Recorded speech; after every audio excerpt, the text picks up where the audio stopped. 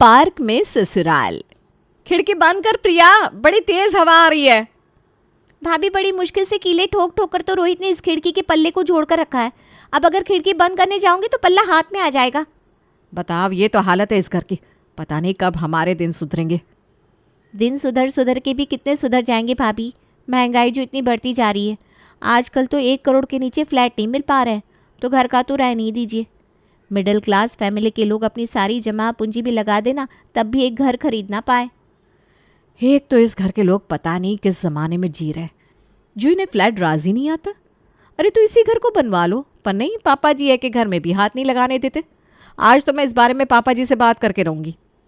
निशा joint family के परिवार में बहू बनकर आई थी। घर की बड़ी बहू होने के कारण सबसे ज़्यादा प्रॉब्लम भी उसी ने झेली थी। रात को खाने के टेबल पर बैठे सभी बातें कर रहे थे, तभी निशा अपने ससुर जी से कहती है, बाथरूम की सीलिंग का क्या सोचा है पापा जी? कब बनेगी? जब हम में से किसी के सर पर गिर जाएगी तब? ये क्या बोल रही हो बहू? हाँ, हमारे सर पर क्यों गिरे सीलिंग? गिरे हमारे दुश्मनों के सर पर। अरे इस उम्र में क्या उम्मीद करती हो तुम अपने ससुर जी से कि ये जाकर सुबह 4 बजे लेबर ढूंढ कर लाए और सीलिंग बनवाए? बिल्कुल भी नहीं मम्मी जी, मैं क्यों चाहूँगी।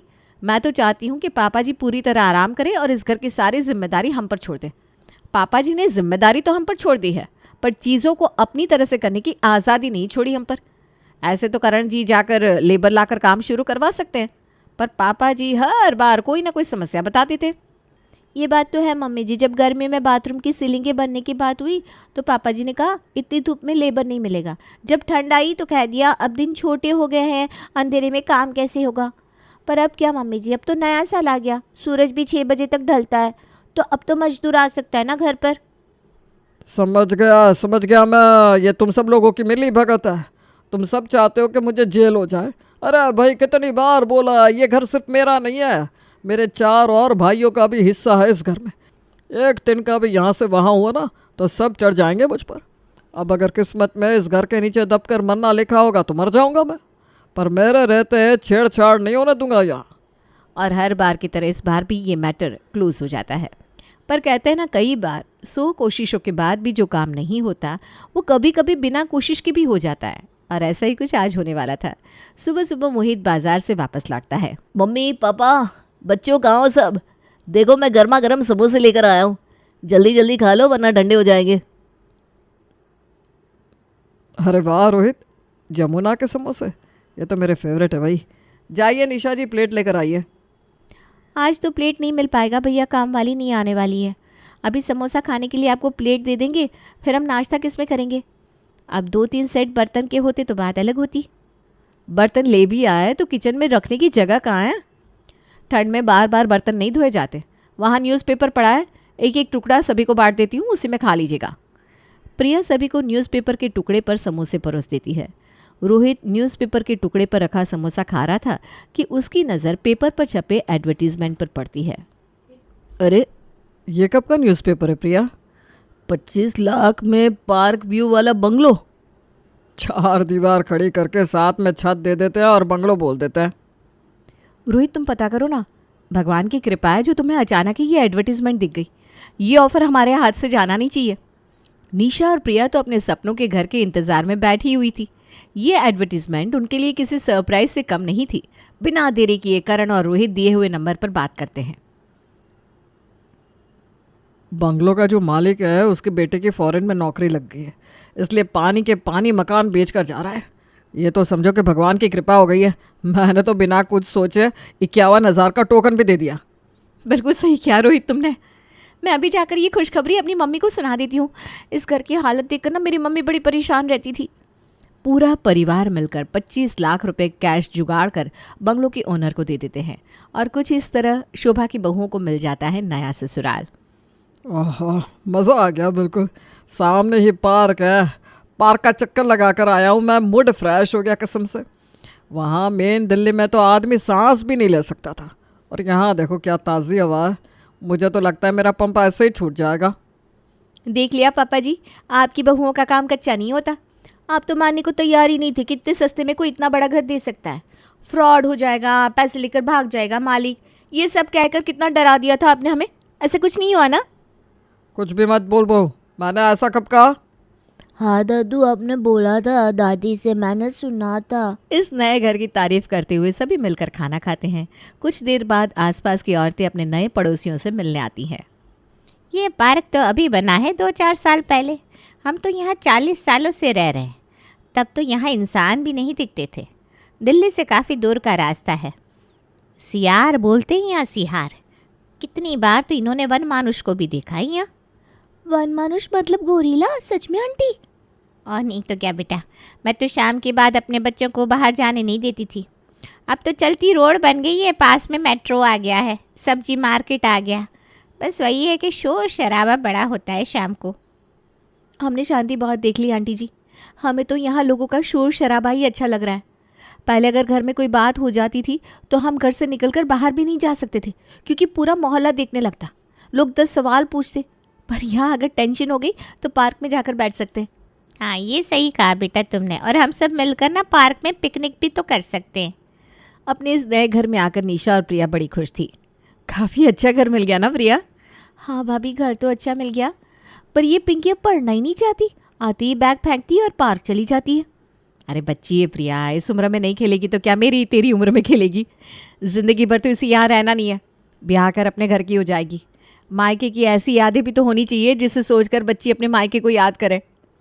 तभी पिंकी के स्कूल की बस आती है। बस से उतरते ही पिंकी सीधा पार्क में चली जाती है। देखा भाभी, इसी की बात कर रही थी मैं। पिंकी, वापस अब पहले कुछ खा ले, फिर खेल लेना बेटा। शाम के वक्त शोभा की सहेलियाँ उसे बुलाने आती हैं। तुम दोनों घर का ख्याल रखना बेटा, मैं टहलने जा रही हूँ। जी मम्मी जी। और शोभा के घर से जाती ही दोनों बहुएं आराम से पैर पर पैर चढ़ाकर पॉपकॉर्न खाती हुई टीवी देखने लगती हैं। आप बोल प्रिया, अपने पुराने घर में ये फ़ायदा मिलता क्या हमें? वहाँ तो माँ जी कहीं जाना ही नहीं चाहती थी, यहाँ कम से कम पार्क तो चली जाती हैं। ठीक कह रही हैं भाभी आप, फ़ायदे तो बड़े दिए इस पार्क ने हमें। बिल्कुल सही, पार्क ने फ़ायदे तो बड़े दिए, पर वो कहते हैं ना, कोई भी चीज़ ऐसी नहीं होती जिसके सिर्फ और सिर्फ फ़ायदे ही हो, नुकसान तो हर चीज़ का होता है।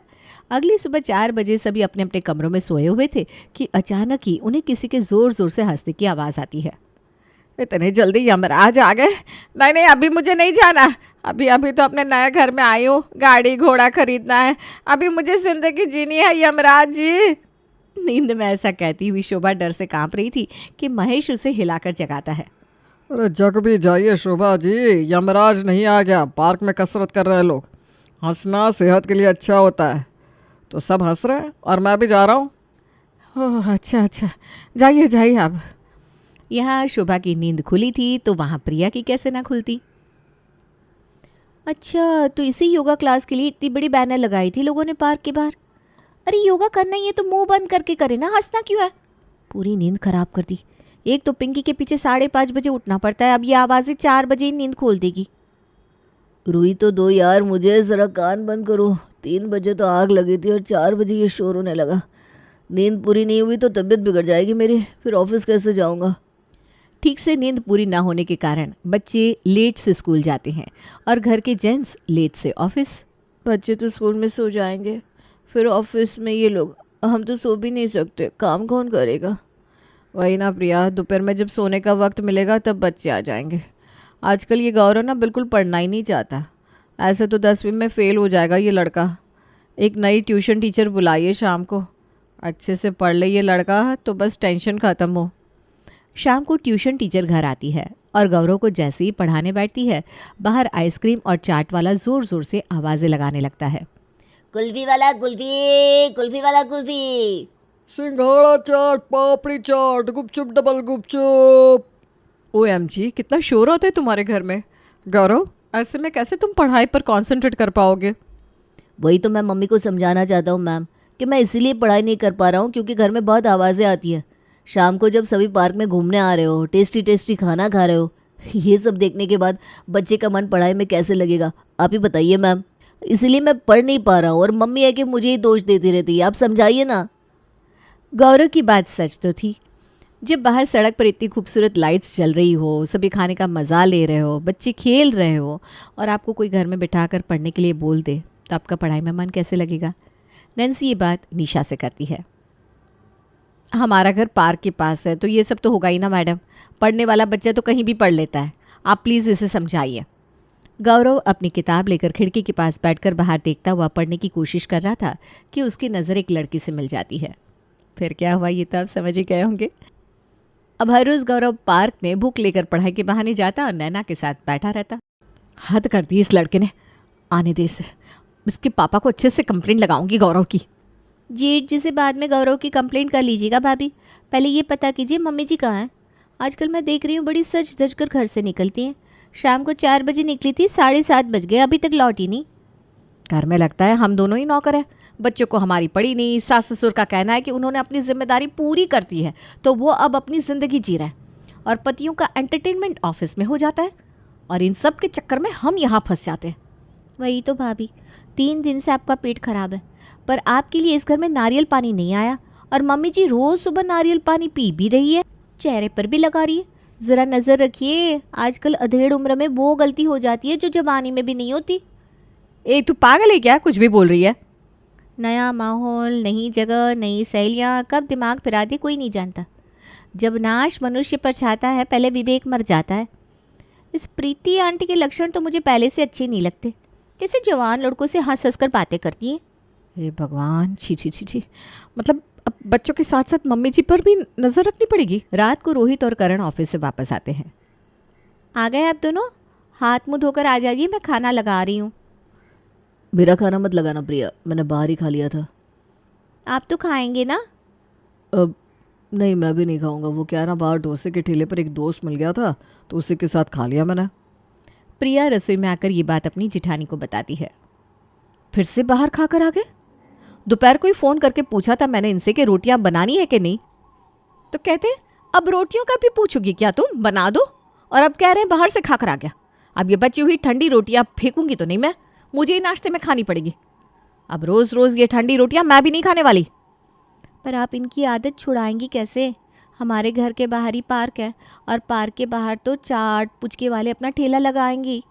अब घर आते वक्त अगर रास्ते में इतना टेस्टी लजीज खाना दिख जाए तो कौन ही घर का खाना खाना चाहेगा भाभी? अरे तो ये काम तो हम भी कर सकते हैं ना, पर कर रहे हैं क्या? बचत नाम की भी कोई चीज़ होती है कि नहीं? समझ में नहीं आता किस घड़ी में मैं इस घर में आ गई थी। निशा ये कह रही थी कि वो खिड़की से अपनी पड़ोसन प्रीति आंटी को किसी लड़की के साथ हंस हंस कर बातें करता देख लेती है। अरे प्रिया देख तो सामने ये क्या हो रहा है। मैंने तो पहले ही आपसे कहा था भाभी, ये देखिए ये लड़का गुलाब दे रहा है प्रीति आंटी को। कहीं ऐसे ही कोई लड़का हमारी मम्मी जी को भी गुलाब तो नहीं देता होगा? मम्मी जी के कमरे में गुलाब तो थे, मैंने ड्रॉअर में देखा था, पर मुझे लगा मंदिर से लेकर आई होगी। पर ये तो। निशा अपना सर पीट लेती है क्योंकि बात ही ऐसी थी। अगली सुबह जैसे ही उसकी सास सज धज कर पार्क के लिए निकलती है, निशा और प्रिया उनके पीछे चली जाती है। कुछ देर शोभा अकेले ही चेयर पर बैठी रहती है। बेचारी मम्मी जी तो यहाँ अकेली बैठी हैं, लगता है हमने बेकार ही उन पर शक किया भाभी। तभी हाथ में नारियल पानी लिए एक लड़का वहाँ आता है और शोभा के चेयर के बगल में बैठ जाता है। एक नारियल पानी में 2 स्ट्रो डालकर वो दोनों उस नारियल पानी का मज़ा लेने लगते हैं। बस अब बहुत हुआ, हम पर इतना कंट्रोल करने वाले मम्मी जी यहाँ गुलछरे उड़ा रही हैं। आज तो मैं पापा जी को सब बता कर रहूँगी। चल तू पापा जी को लेकर आते हैं। निशा और प्रिया पार्क से निकल रहे थे कि उन्हें सामने से गौरव एक लड़की का हाथ पकड़े पार्क के अंदर आता दिख जाता है। नहीं नहीं भाभी, पब्लिक प्लेस पर कोई रिएक्शन मत दीजिएगा। जवान लड़का है, घर आएगा तब घर पर बात करेंगे हम। घर वापस लौटकर निशा तो अपना सुध बुध खोकर ऐसे सोफे पर बैठ जाती है मानो उसके जीवन से खुशहाली ही चली गई हो। मेरे मायके वालों से क्या कहूँगी मैं कि मेरा बेटा किस पर चला गया, अपनी दादी पर। यहाँ दादी अलग गुलछर्रे उड़ा रही है, वहाँ गौरव लड़कियों को लेकर घुमा रहा है। इसके बाप को तो कोई मतलब ही नहीं है। और पापा जी पता नहीं कहाँ रहते हैं आजकल, उन्होंने भी कोई मंडली बना ली होगी। बहुत बड़ी गलती कर दी हमने इस पार्क के ससुराल में आकर, बहुत बड़ी। रात को जैसे ही सभी वापस लौटते हैं, निशा अपना सामान बांधना शुरू कर देती है। इतने रात को कहाँ जा रही हो बहू, क्या बात हो गई? निशा सारी बात अपने ससुर जी के सामने रखती है। तेरी सास को तूने जिस लड़के के साथ देखा वो लड़का गूंगा बहरा है। मैंने ही तेरी सास से उसे मिलवाया था बेटा। एक माँ एक बच्चे के साथ नारियल पानी भी नहीं पी सकती क्या, तू ही बता। और जहाँ तक रही शोभा जी के सज धज कर रहने की बात, तो पार्क में बहुत हाई क्लास लोग आते हैं। अब हम ऐसे उधड़े हुए कपड़े पहनकर चले जाएंगे तो हमारे घर की ही बदनामी होगी ना। पर तुम कहोगे ठीक है मम्मी जी का समझ में आया, पर बच्चे पार्क के कारण पढ़ना नहीं चाहते। अरे पिंकी तो पहले भी पढ़ाई करना नहीं चाहती थी। बच्चों का मन ना ऐसा होता है, वो तो चंचल होंगे ही। गौरव की किस्मत में किसी लड़की का आना लिखा था, वो हमारे पुराने घर में भी हो जाता बेटा। इस उम्र में तो बच्चे भटक ही जाते हैं। माँ बाप का काम होता है बच्चों का दोस्त बनकर रहना, उन्हें राह पर लाना। अब तुम इस बात के लिए इस बच्चे को दोष देने से अच्छा है कि इसके साथ बैठ कर बातें करो। तू अपनी दोस्त को घर पर ले आया कर बेटा, और यहीं पढ़ लिया कर। और ये सब बाहर खाकर आ जाती है, उसका क्या पापा जी? पार्क की आवाज़ से हम सबकी जो नींद खराब होती है, उसका क्या? ये तो तुम दोनों की गलती है बेटा। करण और रोहित अब बाहर कोई कोयला बेचने लगेगा तो क्या तुम दोनों कोयला खा लोगे? बाहर खाना खाकर कैसे पेट बाहर आ गया है तुम दोनों का? सॉरी पापा। और रही नींद खराब होने की बात, तो रूटीन तो तुम सब ने अपना खुद बिगाड़ रखा है।